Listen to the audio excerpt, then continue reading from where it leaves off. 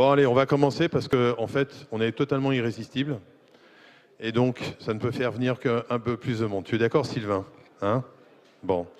Alors, aujourd'hui, en tout cas, pour terminer cette matinée, on va démarrer avec une nouvelle conférence avec, avec l'experte et brillante Enterprise Dame depuis de nombreuses années, puisque je crois la première fois qu'on s'est rencontrés, c'était Damdi en 2016 à Londres. Voilà, donc ça remonte à pas loin, presque 10 ans. Voilà. Je crois que tu n'as pas trop évolué. Par contre, moi, j'ai bien grisonné. Voilà. En tout cas, grand merci à Skateflex de nous supporter depuis le départ. Notamment à mon ami Émile, que je retrouve en principe tard le soir, vers 1h, puisqu'il il est arrivé. Bon, alors, bonjour Émile. En tout cas, un grand merci à Skateflex de nous supporter pour cette 4e édition. D'accord? C'est important, société française, donc on est là pour aider les Français dans notre douce patrie. Avec bien sûr un stand, donc très important aussi d'aller voir le stand de Skateflex qui est juste derrière, d'ailleurs qui est couvert de douceur salée. Donc toi, voilà, les équipes sont des deux côtés.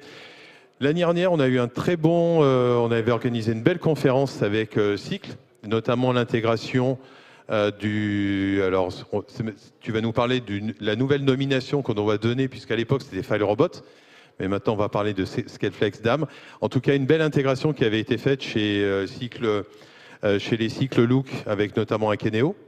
Donc, une des conférences majeures que nous avions l'année dernière. Et cette année, donc, on repart avec un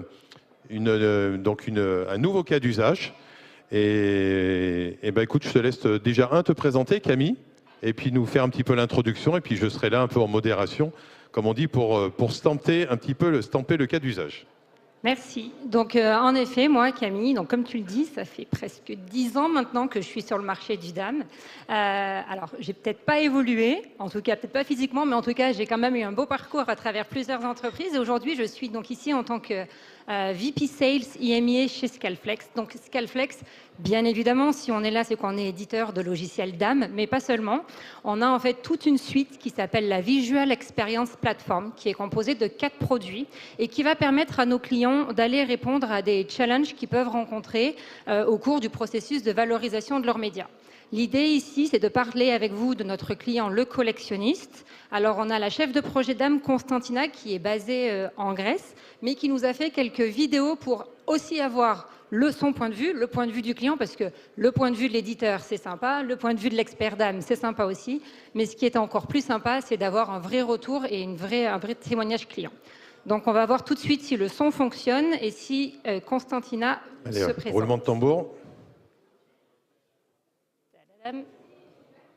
My name is Constantina. I'm working in the marketing department. I'm in charge of digital assets management. Flex help us organize, manage, and optimize all our digital assets, providing us with content performance and brand consistency. The DAM and the dynamic media optimization models are integrated in the visual experience platform. The collectionists since 2014 have been creating extraordinary holidays for our guests and their loved ones. We have amazing properties, 30 destinations. What makes us extraordinary is every guest that comes to stay with us has their own tailor-made service to help them and make them enjoy even more their holidays. My team actually belongs to the marketing department in the content management team. We are all working to have the brand visuals and to have an efficiency, consistency all over our digital assets. Our external partners are around 20 people. Est-ce que tu peux, bon, c'est de l'anglais compréhensible, mais est-ce que tu peux nous faire un petit voice-over? Bien sûr. Donc, en fait, le collectionniste, pour ceux qui ne connaissent pas, c'est une entreprise spécialisée dans la location de villas et de chalets de luxe, d'ultra luxe, et aussi créateur d'expériences autour de cette location de chalet et de services autour de cette location de chalet.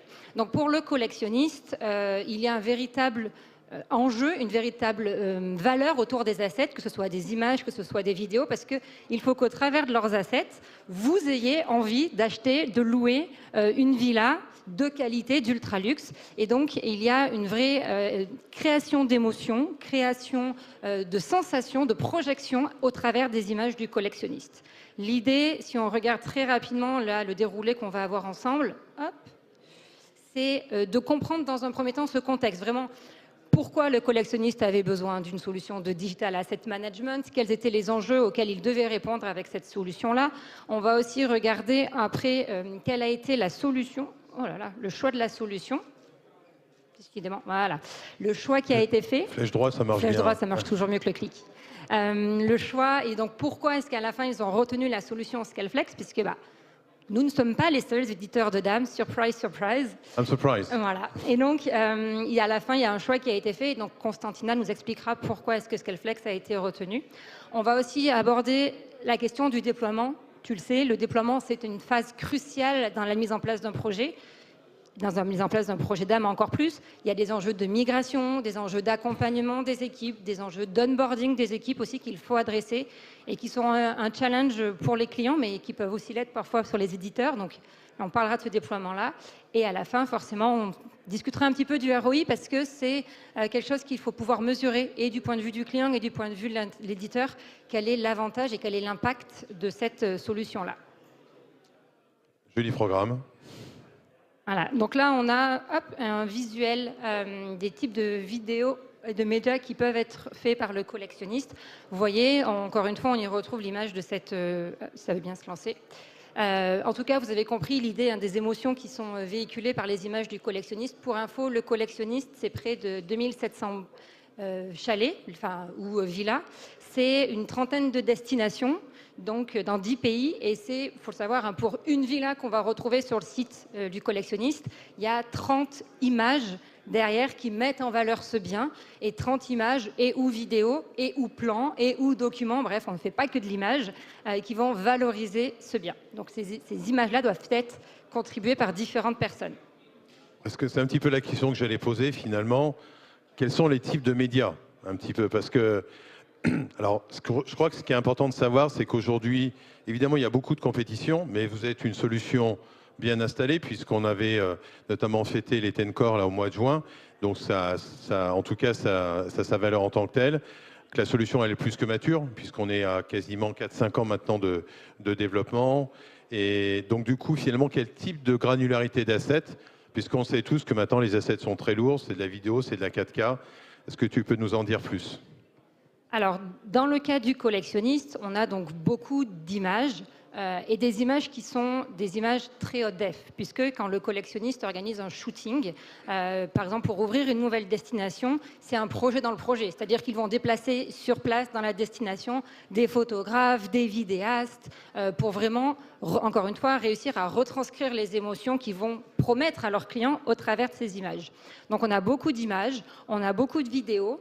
On a aussi, c'est une particularité du cas le collectionniste, des équipes de supply qui viennent contribuer dans le DAM. Bien souvent, dans le DAM, on a des équipes marketing, communication, de marque qui contribuent les médias. Là, il y a également l'équipe supply dont la charge, la mission est de sourcer les nouvelles villas pour les mettre à disposition à la location de leurs clients sur le site web. Et donc, ces équipes-là de supply, elles ont aussi souhaité intégrer dans le projet DAM des assets dits contractuels. Tous les documents de signature, de la mise en location des villas, est également stocké dans le DAM. Et bien évidemment, tout cela est rattaché à l'asset des villas en question. C'est la question que j'allais poser, c'est que c'est un asset lié à l'asset référent. Exactement. C'est l'objectif du DAM, c'est de... Je dis ça un peu de manière familière peut-être, mais c'est de bien ranger ces médias, mais surtout de bien les ranger et les organiser entre eux. Ça ne sert à rien, entre guillemets, de mettre en place un DAM si on va juste resiloter une organisation qui était là auparavant. Là, l'idée, c'est d'essayer de regrouper tout ça pour vraiment mettre en place ce référentiel unique de médias dont on entend tous parler et qu'ils servent derrière d'autres outils. On verra par la suite, c'est aussi une des forces de Scaleflex, c'est notre capacité d'intégration avec des outils qui sont déjà entre les mains du marketing et de la communication, et c'est le cas du collectionniste, on en reviendra.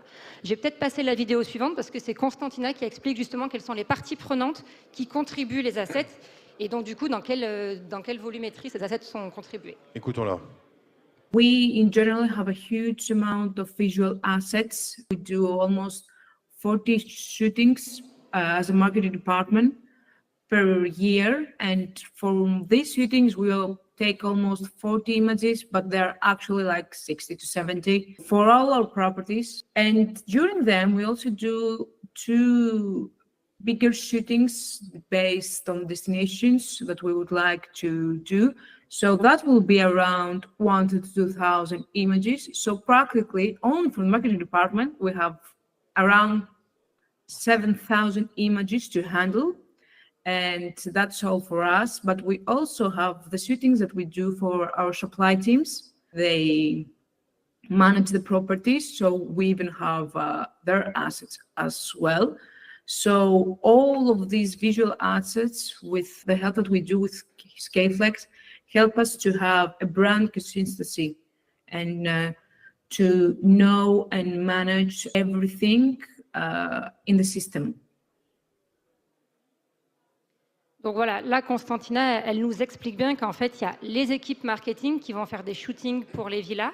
Il y a aussi des shootings qui sont faits de destination, donc c'est ce que j'expliquais tout à l'heure, des shootings où en fait l'image, à la fin, la production de l'image, elle coûte quand même assez cher, parce que quand on déplace une équipe pour faire un shooting d'une nouvelle destination, c'est quand même un budget. Donc le collectionniste ne pouvait pas se permettre de perdre ses images sur le PC d'un collaborateur ou sur un serveur, quand bien même s'il y avait le serveur. Et ce qui est intéressant, c'est qu'on donne bien cet aspect de photo-shooting, on le voit beaucoup dans le luxe, où finalement, le workflow en fait, de création d'images, il démarre dès le studio photo.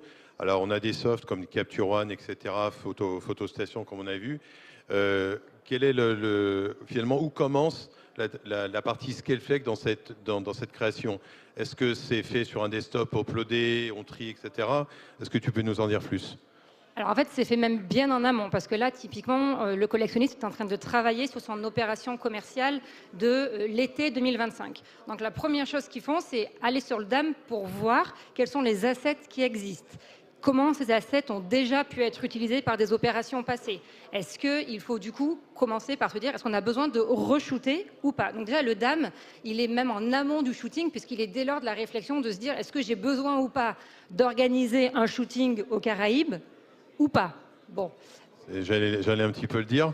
Et du coup, sur ces shoots qui sont faits un peu en série, parce qu'on le voit souvent, et les technologies aujourd'hui ne sont pas forcément tout le temps 100% efficientes, mais on va se retrouver avec des doublons. Comment, au niveau de cette gestion des doublons, comment vous procédez pour identifier ce qui est qu'un vrai doublon, d'un faux doublon? Comment ça se passe un petit peu?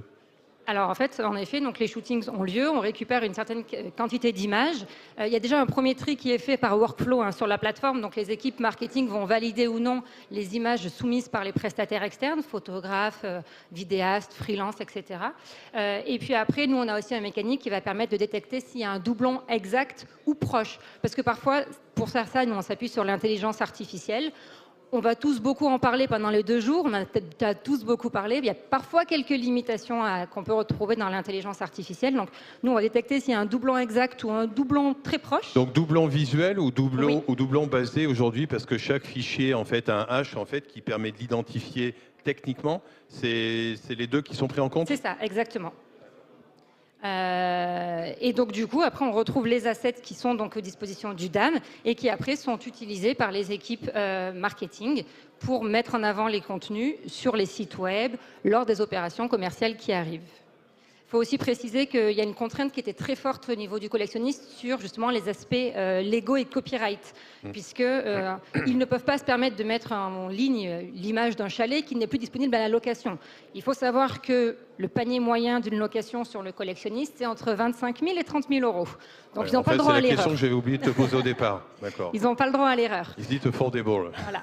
Et donc, du coup, c'est pour ça qu'il y a un aspect copyright et légal, à la fois sur les contrats de location, mais aussi sur des workflows automatiques, sur la dépublication d'un média dont on n'aurait plus les droits, qui est mis en place dans notre outil. L'idée, c'est vraiment de garantir la cohérence des visuels au DAM, mais bien évidemment sur tout ce qu'il en reste. D'ailleurs, c'est un peu pour ça qu'ils nous ont choisis, J'allais poser la question, mais on va un peu avancer dans l'histoire, parce que j'ai quelques petites idées.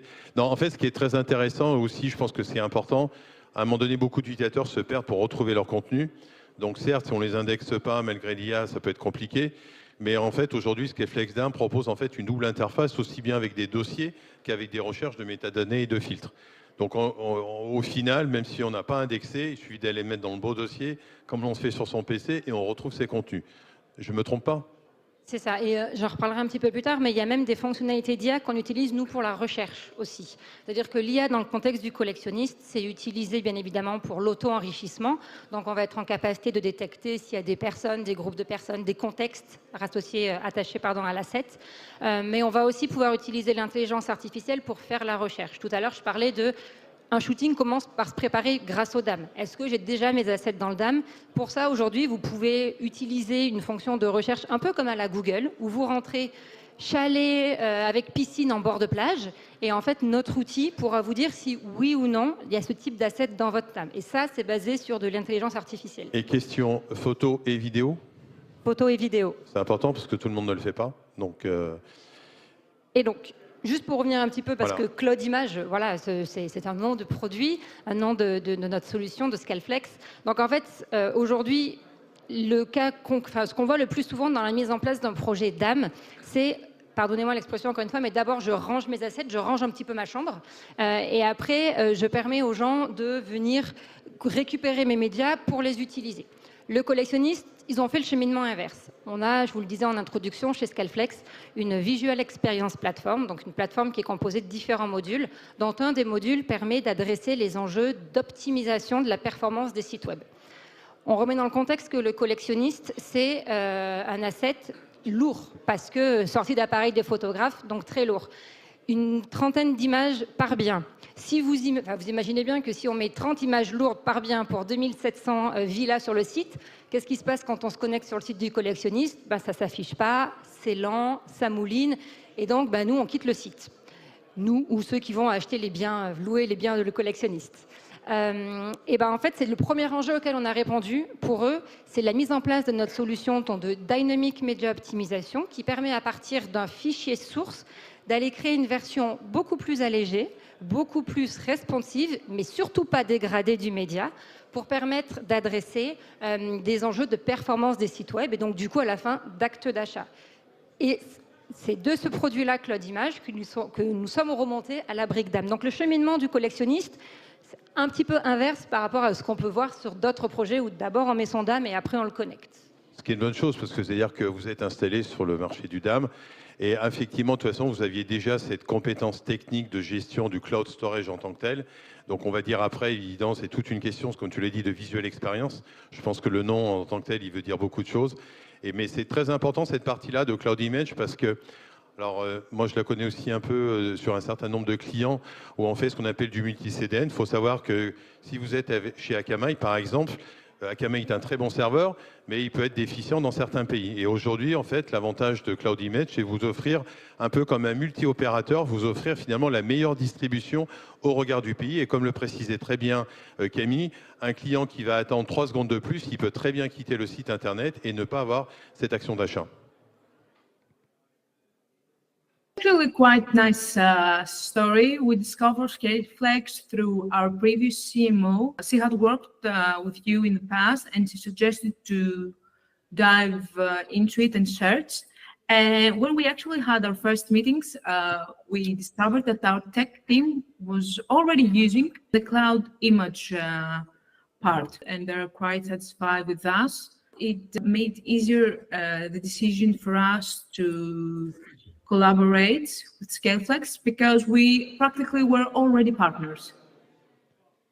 Donc, on peut voir qu'en fait, chez Scaleflex, c'est une solution qui va servir des besoins IT et métiers. Et donc, c'est aussi la garantie, quelque part, pour le collectionniste, en ayant choisi le DAM Scaleflex, d'avoir une solution et un workflow continu et forcément plus fluide que s'il y avait eu d'autres partenaires dans la boucle. Et c'est vrai qu'au côté IT, vous avez aussi une très bonne gestion des KPI, parce qu'à un moment donné, il faut sortir des résultats. Donc évidemment, pour la partie communication, il y a un bénéfice direct avec des analytics type Google pour voir effectivement les taux de rebond ou pas. Et côté IT, la facilité de sortir des KPI de diffusion et possiblement adapter des formats ou de changer à la volée des résolutions. C'est ça. Et si on regarde justement un petit peu le timeline du projet Le Collectionniste, on peut voir qu'ils ont commencé donc en 2020 avec nous, donc avec cette brique Dynamic Media Optimization. Il faut savoir que Le Collectionniste, c'est une entreprise assez récente. Hein. C'est une start-up qui a grandi, une start-up française. Et en fait, quelque part, ils ont grandi avec nous, ou en tout cas, on les a aidés dans leur aventure. Et ça reste quand même assez gratifiant. Donc, ils ont commencé sur un périmètre de leur site web, d'optimiser, du coup, vous l'avez compris, les images pour les diffuser sur les sites web.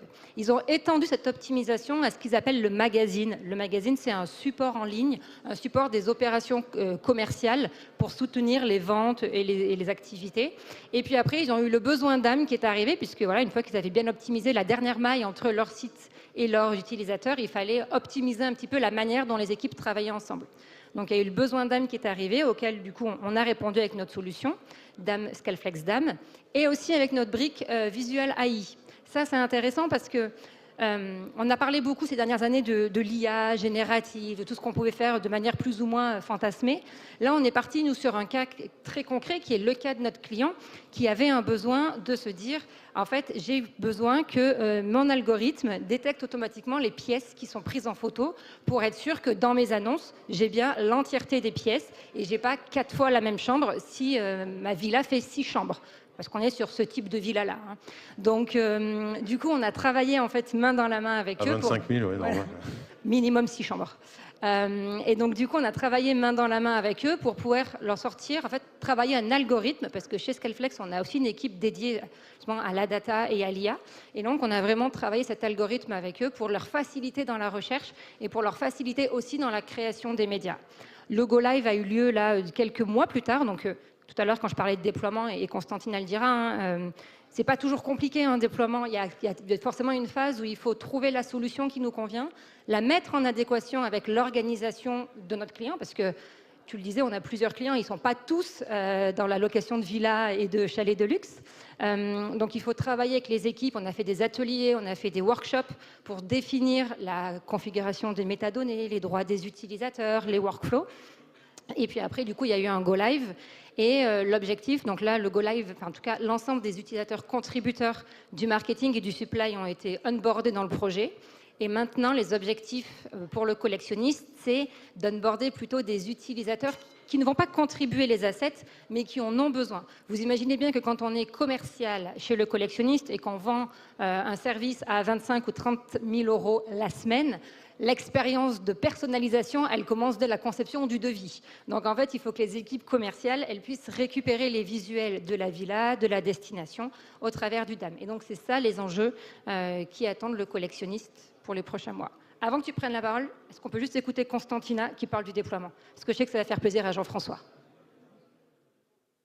The rollout of the DAM actually involved our marketing department, our IT department, and the supply department. It lasted several months. Currently, we're still in a phase of migrating some other digital assets. We had plenty of calls about how we can adjust the Scaleflex DAM module to our system and to our platforms. And they did create some new features for us. They were always there to support us and assist us to any modifications we may want to do to adjust the parameters to the actual issues that we may add. The main point is that the help of Scaleflex during the whole migration is been really helpful. The whole team of Scaleflex has been really supportive, help us adjust to the DAM, to have a small inter-training to see all the details regarding everything that we may knew or didn't knew, to do it all over, for us to be able to train our teams accordingly. The main reasons that we are also from the marketing scope of the DAM satisfied with Scaleflex is the assistance and the support we get from you. Also, I would like to notice that the ticket system that you have as a support is really, really helpful. All the teams, when we reflect to an issue, which usually happens when you work in a system. You may think something that you haven't thought before, or you face some technical issues. The whole team answers really fast, I would say approximately in 1 hour.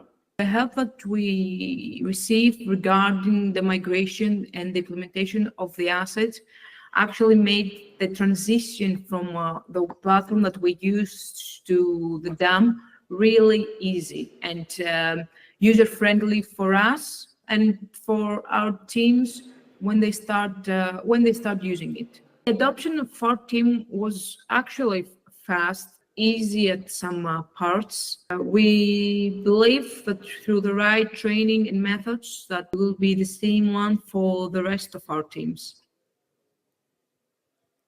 What else? Voilà, donc bien évidemment, il y a une phase de projet qui est là. Elle le dit, plenty of time. C'est des ateliers qu'on a passés avec eux pour configurer. Vous êtes allé sur place? Alors, ils ont des équipes à Paris. D'accord. Voilà, on n'a pas fait les 30 destinations de les collectionnistes. C'est dommage.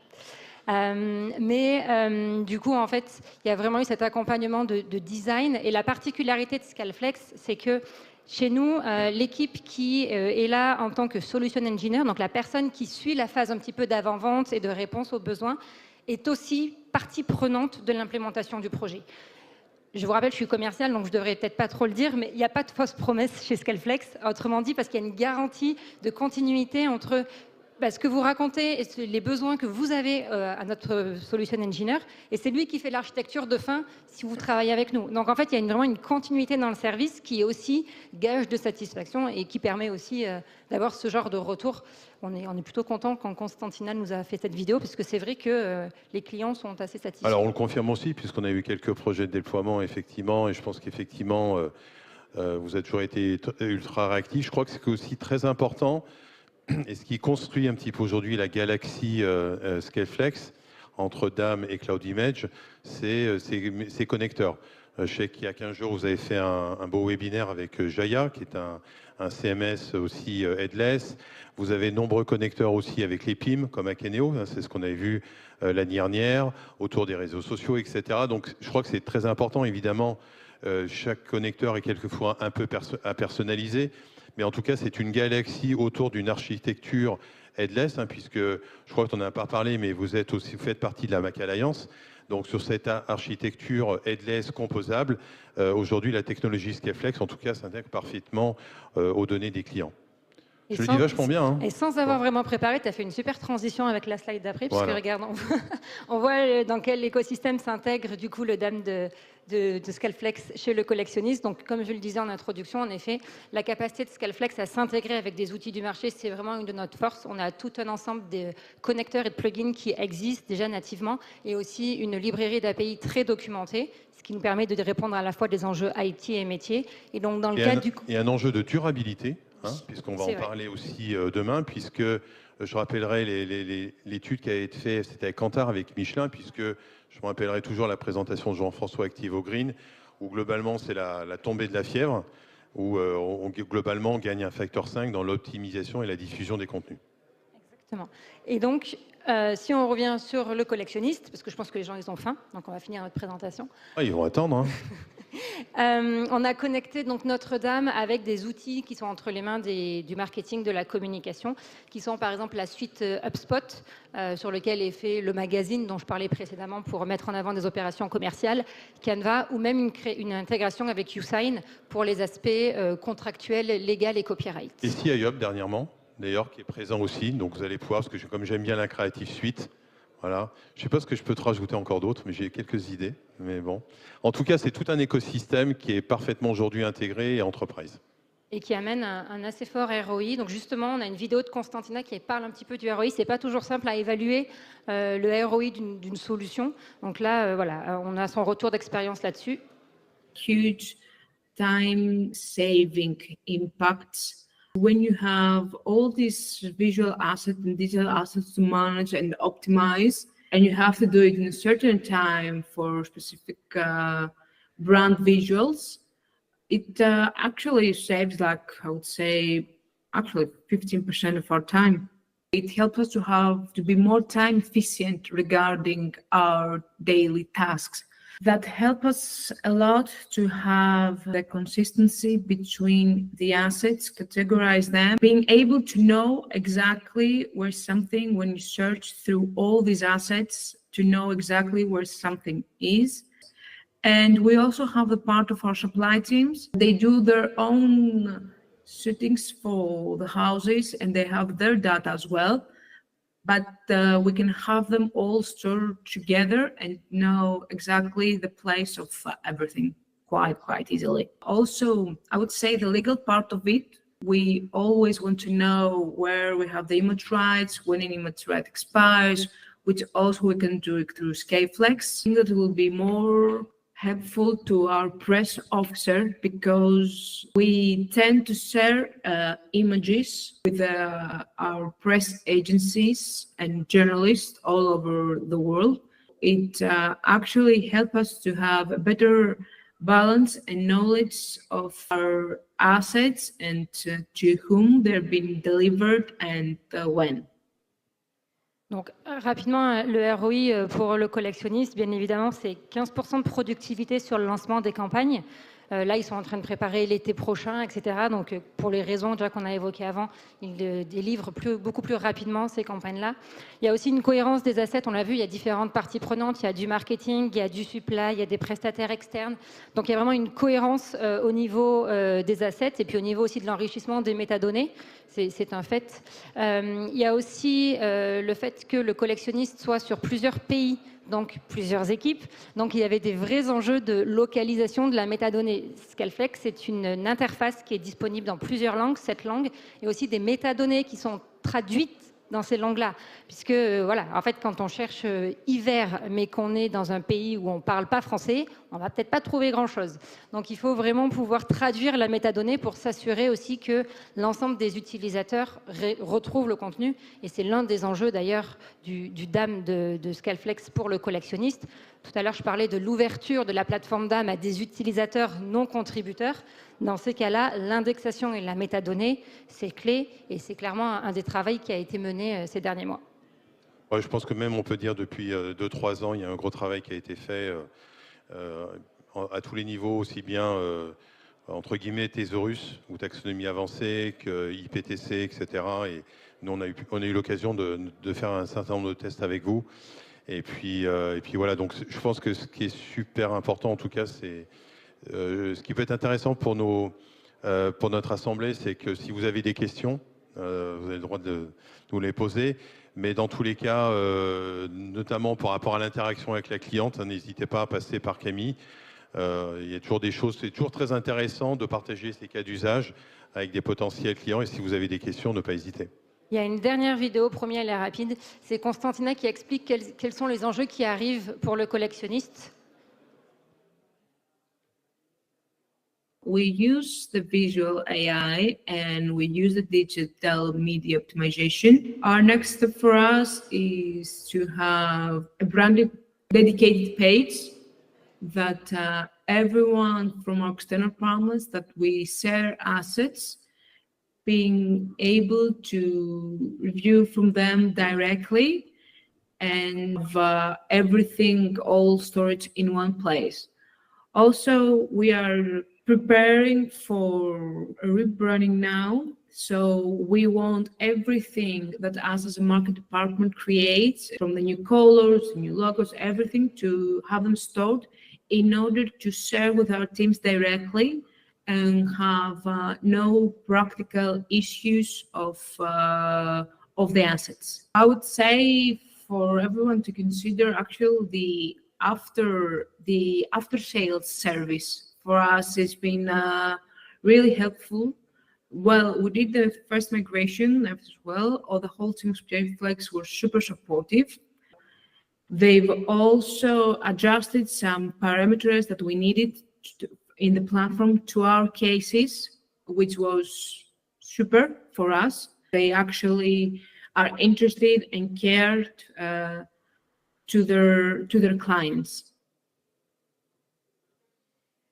Donc, pour conclure sur presque ce par quoi on a commencé, donc la Visual Experience Platform de Scaleflex, vous l'avez compris, c'est une solution qui va répondre à différents enjeux. Le collectionniste, ils ont commencé par l'enjeu de la fin sur cette frise Dynamic Media Optimization, donc comment améliorer la performance de leur site web et donc du coup comment améliorer leur SEO et la conversion des visiteurs en actes d'achat.